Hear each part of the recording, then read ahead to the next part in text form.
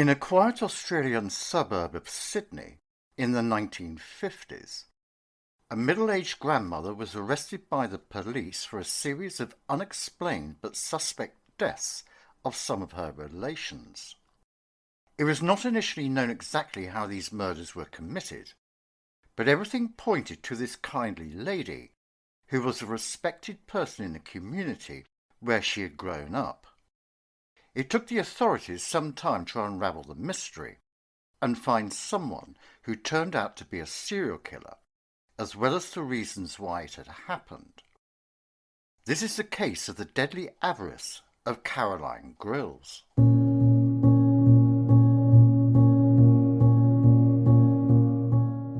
She was born in Balmain in 1888 to George and Mary Michelson and was named Caroline. In April 1908, she married Richard Grylls, a labourer, and they went on to have 5 sons and a daughter. The family lived in a succession of rented houses in the Randwick area and led a generally quiet and outwardly respectable existence. After the death of her father in 1948, Caroline inherited and moved into his house in Glad's Hill. Known as Auntie Carrie to her extensive family, she was a short, dumpy woman who wore thick-rimmed glasses. She frequently visited her in-laws and friends, making tea, cakes and biscuits for them. But this outwardly normal existence hid some frightening and malevolent thoughts.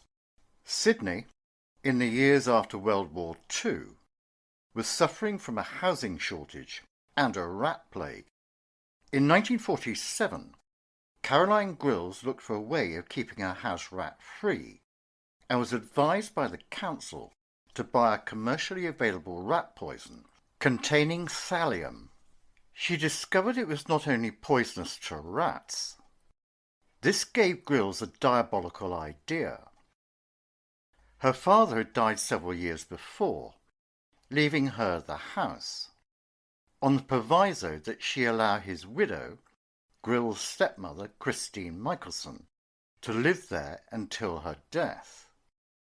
But at 87, Christine was clinging too long to life, so Grylls used tea and cakes laced with rat poison to hasten her stepmother's demise. Michelson died in November 1947, and nobody suspected any foul play. Emboldened by her first murder, Grylls began giving thallium-laced tea and cakes to her husband's sister-in-law, Angelina Thomas, who had been left a house in Lyra. She died in January 1948. Nobody thought it unusual the 84-year-old Angelina should die suddenly. Another Grylls victim was John Lundberg, a robust 60-year-old former seaman who holidayed with Grylls and her husband Richard in 1948, only to return home with a mysterious illness that claimed his life. Grylls had nothing to gain from his death, so it seems that this time it was for the thrill.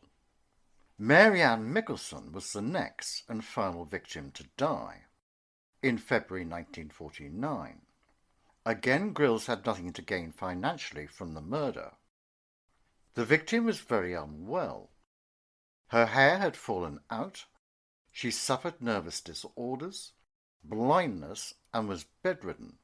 She was thankful for the attentions of her sister-in-law, the jolly, respectable Granny Caroline, who brought her tea and baked her cakes. But the 60-year-old Michelson's undiagnosed illness worsened. Despite Grylls' smiling attentions, on the 15th of February 1949, Michelson finally succumbed to her mystery ailment. The nature of her death must have seemed strange to family members. She had exhibited symptoms similar to those shown by 3 other people connected to Grylls, who had also died.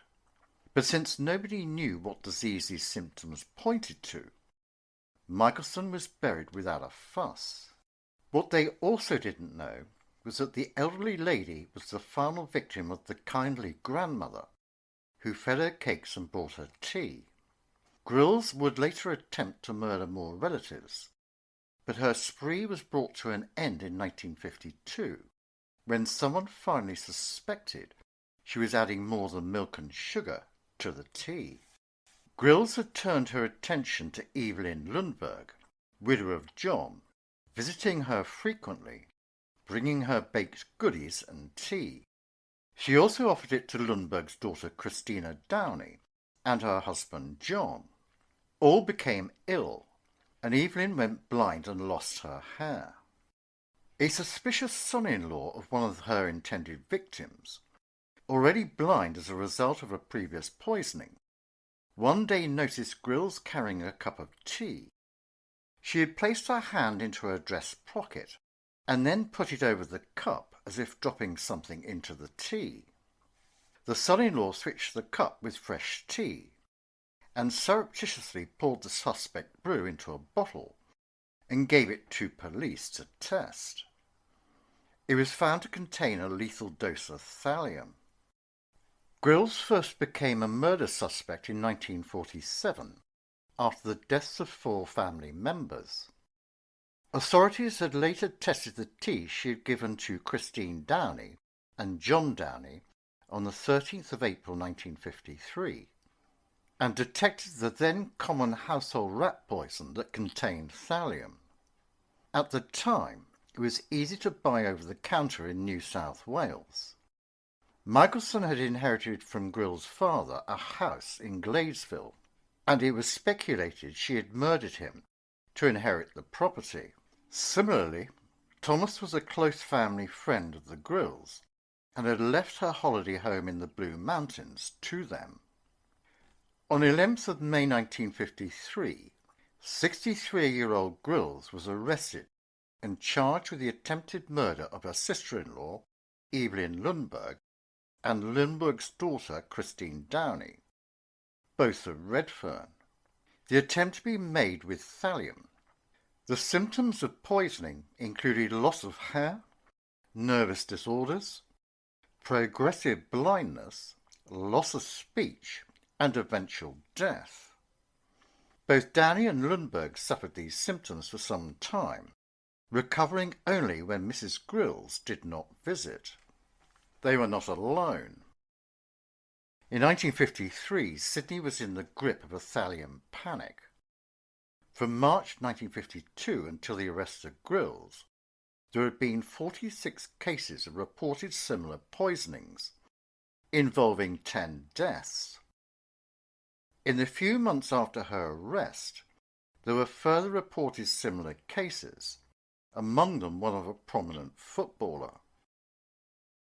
In 1952, after Newtown housewife Yvonne Fletcher was convicted of poisoning her husband with thallium, Lundberg's family had become suspicious. Further investigation led police to charge Grills with 4 murders and 1 attempted murder. All of the victims, with the exception of a friend of her mother, were relatives. Police speculated that her poisoning spree had begun in 1947 with the murder of her stepmother. While the police believed that a strong circumstantial case existed to substantiate murder, they only proceeded with the original charge of attempting to murder Mrs. Lundberg. The bodies of 2 of Grill's previous victims were exhumed and found to contain traces of thallium. 2 others, thought to have been poisoned, had been cremated. Police found traces of the poison in the pocket of the dress Grills had worn on the day she tried to give the cup of tainted tea to the last victim. Senior Crown Prosecutor Mick Rooney, QC, alleged that she was a killer who poisoned for sport, for fun, for the kick she got out of it, for the hell of it, for the thrill, and that she, and she alone, in the world, knew the cause of the victim's suffering. Grandmother Grills, 63, faced charges in New South Wales with attempted murder over the poisoning of her sister-in-law Evelyn Lundberg and Lundberg's daughter Christine Downey. Both victims had exhibited symptoms common in thallium poisonings, including hair loss, increasing blindness, and loss of speech. Investigators then examined the deaths of other members of Grill's family, including her stepmother, Christine Michelson, in November 1947. In January 1948, a relation of her husband, Angelina Thomas, became another suspected victim. Her husband's brother-in-law, John Lundberg, died in late 1948, and one of her stepmother's friends died the following year. Throughout 1941 and 1942, various family members had become sick, including Mrs. Lundberg, but all survived. Investigators had exhumed several bodies, while others had been cremated and could not be tested for any trace of poison.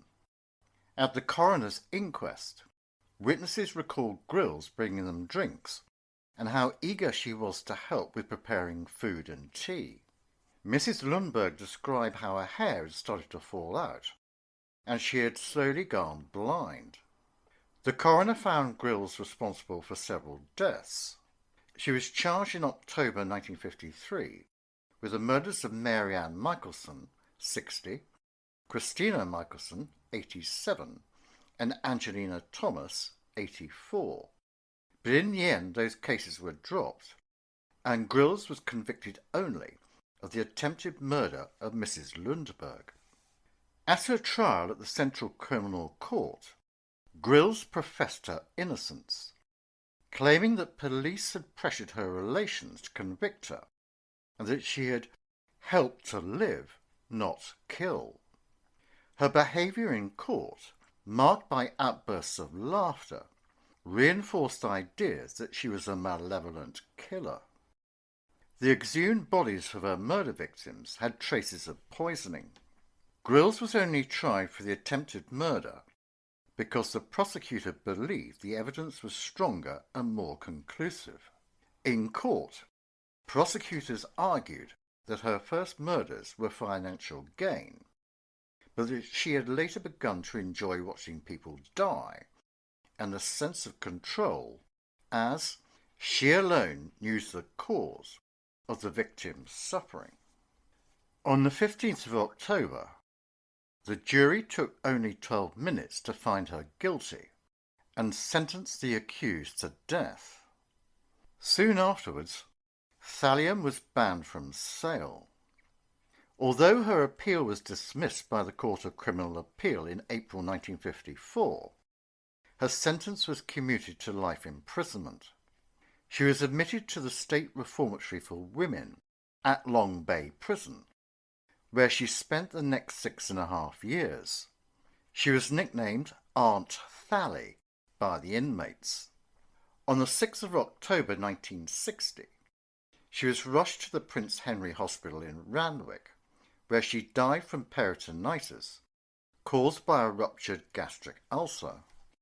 Her husband, daughter, and 3 of her sons survived her. Grills had done away with well-off members of her extended family to maintain a respectable lifestyle, but her later murders had more unclear motives. The undercurrents of envy, anger, or revenge that pushed her to kill so many of her family can only be guessed at.